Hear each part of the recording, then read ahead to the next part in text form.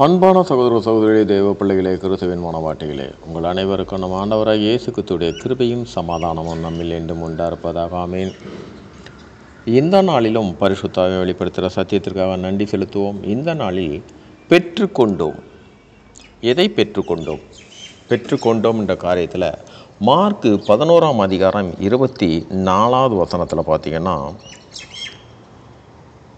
ஆதலால் நீங்கள் ஜெபம் பண்ணும்போது எவைகளை கேட்டு பெறுவீர்களோ அவைகளை பெற்று கொள்வோம் என்று விசுவாசிங்கள், அப்பொழுது அவைகள் உங்களுக்கு உண்டாகும் என்று சொல்லுகிறேன். நம்ம ஆண்டவராகிய இயேசு கிறிஸ்து போதிக்கும்போது சொல்கிறார்.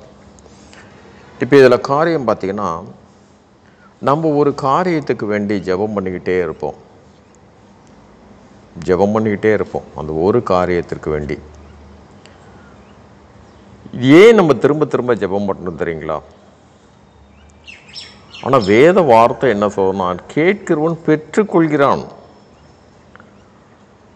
நாம் பெற்று எப்பொழுது கொண்டோம் என்றே தெரியாது. நம்ம முழுமையாக எப்பொழுதும் அதை குறித்து ஜெபம் பண்ணிக்கிட்டே இருப்போம்.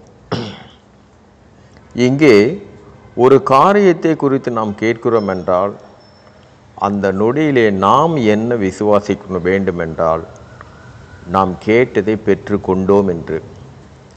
நாம் சில காரியத்தில் இஸ்ரவேல் ஜனங்களைப் போல நாம் கேட்டதை பெற்றுக்கொண்ட பின்பாக தான் இஸ்ரவேல் ஜனங்கள் கண்ணால் கண்ட மட்டும்தான் விசுவாசித்தாங்க.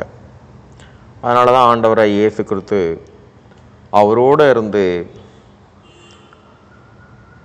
5 அப்பம் 2 மீனை அவர்களுக்கு கொடுக்கும்போது கூட அவரோட கூட இருந்து சாப்பிட்டவங்க தான்.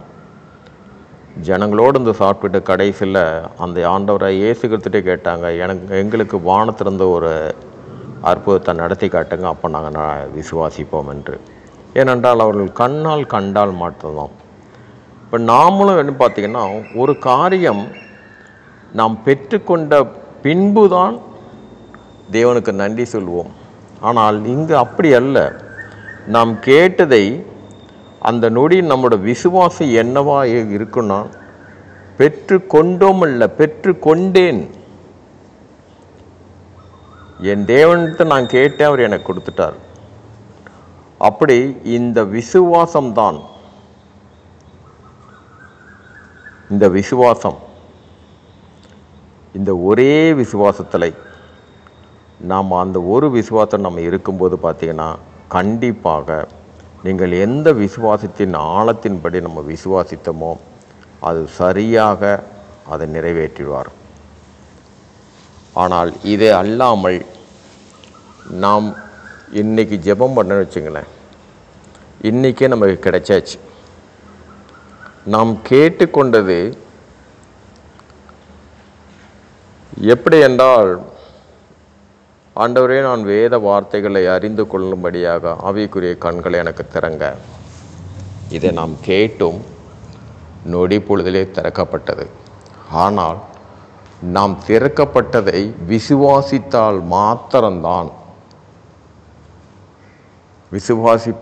மாத்திரம்தான் நம் கண்கள் திறக்கப்பட்டது என்பதே உறுதியாகும்.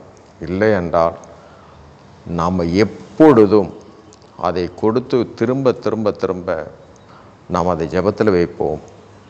தேவனும் உனக்கு கொடுத்ததையே நீ அறியாமல் இருக்கிறாய். அங்கு அதுதான் பரலோகத்தில்.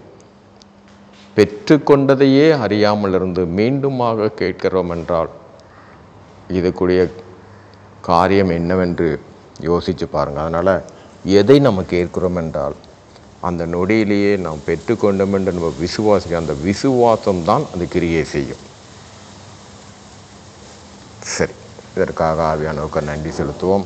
ஆவியானவர் இந்த நாளில் இந்த சத்தியத்தை வெளிப்படுத்தினதுக்காக நன்றி செலுத்துவோம். இந்த காரியத்தின் மூலம் எல்லாவற்றிலும் மூவரிலும் ஒருவராக இருக்கிற தேவனே, உம்முடைய நாமம் ஒன்றுக்கே மகிமை உண்டாவதாக. ஆமென்.